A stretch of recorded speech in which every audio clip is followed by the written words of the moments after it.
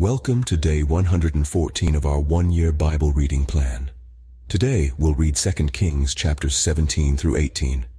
Before you begin, remember that it helps to establish a daily reading time.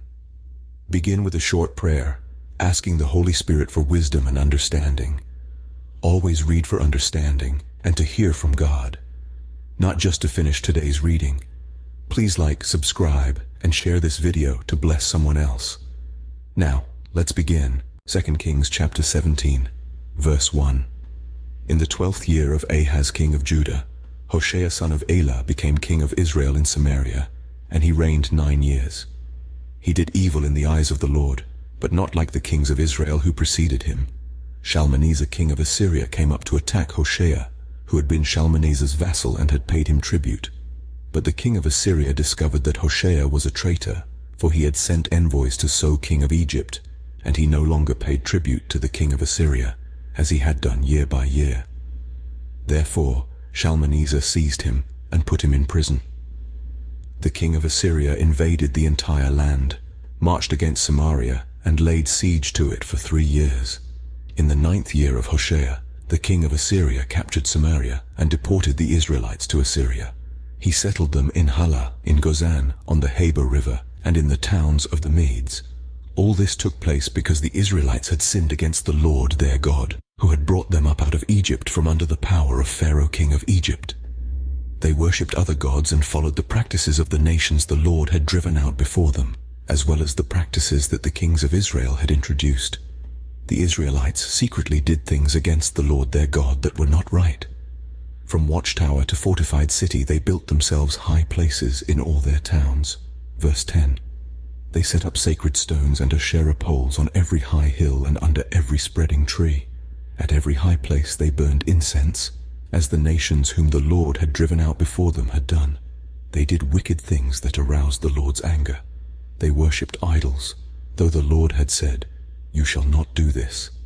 The Lord warned Israel and Judah through all his prophets and seers, "Turn from your evil ways, observe my commands and decrees, in accordance with the entire law that I commanded your ancestors to obey, and that I delivered to you through my servants the prophets." But they would not listen, and were as stiff-necked as their ancestors, who did not trust in the Lord their God. They rejected his decrees, and the covenant he had made with their ancestors, and the statutes he had warned them to keep.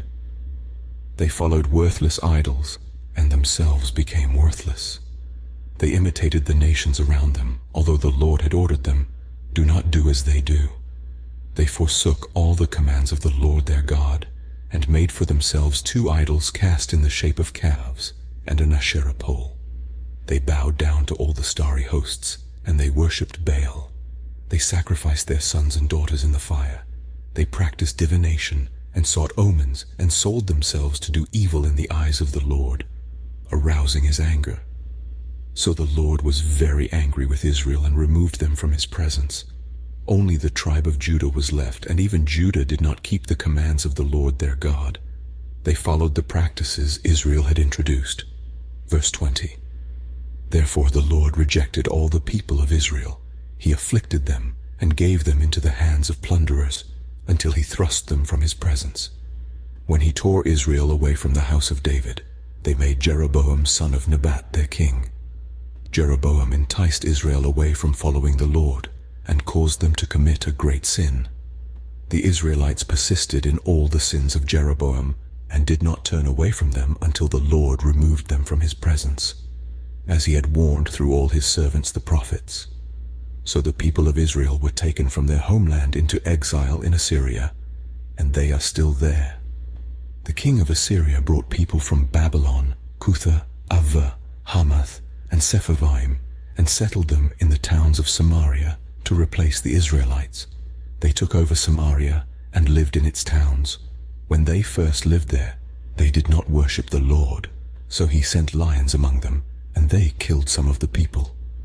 It was reported to the king of Assyria, "The people you deported and resettled in the towns of Samaria do not know what the God of that country requires. He has sent lions among them, which are killing them off, because the people do not know what he requires." Then the king of Assyria gave this order, Have one of the priests you took captive from Samaria go back to live there and teach the people what the God of the land requires." So one of the priests who had been exiled from Samaria came to live in Bethel and taught them how to worship the Lord. Nevertheless, each national group made its own gods in the several towns where they settled, and set them up in the shrines the people of Samaria had made at the high places. Verse 30. The people from Babylon made Succoth-Benoth, those from Cutha made Nergal, and those from Hamath made Ashima. The Avites made Nibaz and Tartak, and the Sepharvites burned their children in the fire as sacrifices to Adramelech and Anamelech, the gods of Sepharvaim. They worshipped the Lord, but they also appointed all sorts of their own people to officiate for them as priests in the shrines at the high places. They worshipped the Lord, but they also served their own gods in accordance with the customs of the nations from which they had been brought. To this day they persist in their former practices. They neither worship the Lord, nor adhere to the decrees and regulations, the laws and commands that the Lord gave the descendants of Jacob, whom he named Israel. When the Lord made a covenant with the Israelites, he commanded them, "Do not worship any other gods or bow down to them, serve them or sacrifice to them. But the Lord, who brought you up out of Egypt with mighty power and outstretched arm, is the one you must worship. To him you shall bow down, and to him offer sacrifices. You must always be careful to keep the decrees and regulations, the laws and commands he wrote for you. Do not worship other gods. Do not forget the covenant I have made with you, and do not worship other gods. Rather, worship the Lord your God. It is he who will deliver you from the hand of all your enemies." Verse 40. They would not listen, however, but persisted in their former practices. Even while these people were worshipping the Lord, they were serving their idols. To this day their children and grandchildren continue to do as their ancestors did. 2 Kings chapter 18, verse 1. In the 3rd year of Hoshea son of Elah king of Israel, Hezekiah son of Ahaz king of Judah began to reign. He was 25 years old when he became king, and he reigned in Jerusalem 29 years. His mother's name was Abijah, daughter of Zechariah. He did what was right in the eyes of the Lord, just as his father David had done. He removed the high places, smashed the sacred stones, and cut down the Asherah poles. He broke into pieces the bronze snake Moses had made, for up to that time the Israelites had been burning incense to it. It was called Nehushtan. Hezekiah trusted in the Lord, the God of Israel. There was no one like him among all the kings of Judah, either before him or after him. He held fast to the Lord and did not stop following him. He kept the commands the Lord had given Moses, and the Lord was with him. He was successful in whatever he undertook. He rebelled against the king of Assyria and did not serve him. From watchtower to fortified city, he defeated the Philistines as far as Gaza and its territory. In King Hezekiah's 4th year, which was the 7th year of Hoshea son of Elah king of Israel, Shalmaneser king of Assyria marched against Samaria and laid siege to it. Verse 10. At the end of 3 years the Assyrians took it. So Samaria was captured in Hezekiah's 6th year, which was the 9th year of Hoshea king of Israel. The king of Assyria deported Israel to Assyria and settled them in Halah, in Gozan, on the Habor River, and in towns of the Medes. This happened because they had not obeyed the Lord their God, but had violated his covenant, all that Moses the servant of the Lord commanded. They neither listened to the commands nor carried them out. In the 14th year of King Hezekiah's reign, Sennacherib king of Assyria attacked all the fortified cities of Judah and captured them. So Hezekiah king of Judah sent this message to the king of Assyria at Lachish: "I have done wrong. Withdraw from me, and I will pay whatever you demand of me."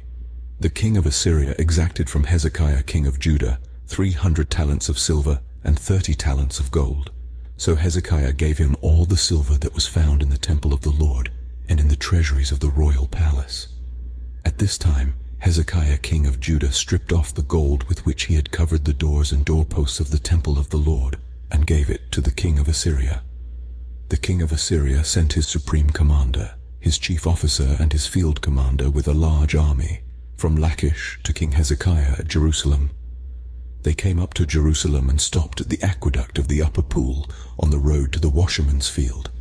They called for the king, and Eliakim son of Hilkiah the palace administrator, Shebna the secretary, And Joah son of Asaph the recorder went out to them.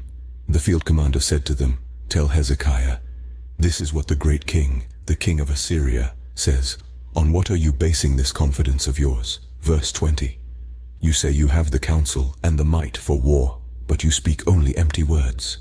On whom are you depending, that you rebel against me? Look, I know you are depending on Egypt, that splintered reed of a staff which pierces the hand of anyone who leans on it. Such is Pharaoh king of Egypt to all who depend on him. But if you say to me, 'We are depending on the Lord our God,' isn't he the one whose high places and altars Hezekiah removed, saying to Judah and Jerusalem, 'You must worship before this altar in Jerusalem'? Come now, make a bargain with my master, the king of Assyria. I will give you 2,000 horses, if you can put riders on them. How can you repulse one officer of the least of my master's officials, even though you are depending on Egypt for chariots and horsemen? Furthermore, have I come to attack and destroy this place without word from the Lord? The Lord himself told me to march against this country and destroy it." Then Eliakim son of Hilkiah and Shebna and Joah said to the field commander, "Please speak to your servants in Aramaic, since we understand it. Don't speak to us in Hebrew, in the hearing of the people on the wall." But the commander replied, "Was it only to your master and you that my master sent me to say these things, and not to the people sitting on the wall, who, like you, will have to eat their own excrement and drink their own urine?" Then the commander stood and called out in Hebrew, "Hear the word of the great king, the king of Assyria. This is what the king says, 'Do not let Hezekiah deceive you. He cannot deliver you from my hand.'" Verse 30. "Do not let Hezekiah persuade you to trust in the Lord when he says, 'The Lord will surely deliver us. This city will not be given into the hand of the king of Assyria.' Do not listen to Hezekiah. This is what the king of Assyria says, 'Make peace with me and come out to me. Then each of you will eat fruit from your own vine and fig tree and drink water from your own cistern, until I come and take you to a land like your own, a land of grain and new wine, a land of bread and vineyards, a land of olive trees and honey. Choose life and not death. Do not listen to Hezekiah, for he is misleading you when he says, 'The Lord will deliver us.' Has the God of any nation ever delivered his land from the hand of the king of Assyria? Where are the gods of Hamath and Arpad? Where are the gods of Sepharvaim, Hena and Eva? Have they rescued Samaria from my hand? Who of all the gods of these countries has been able to save his land from me? How then can the Lord deliver Jerusalem from my hand?" But the people remained silent and said nothing in reply, because the king had commanded, "Do not answer him."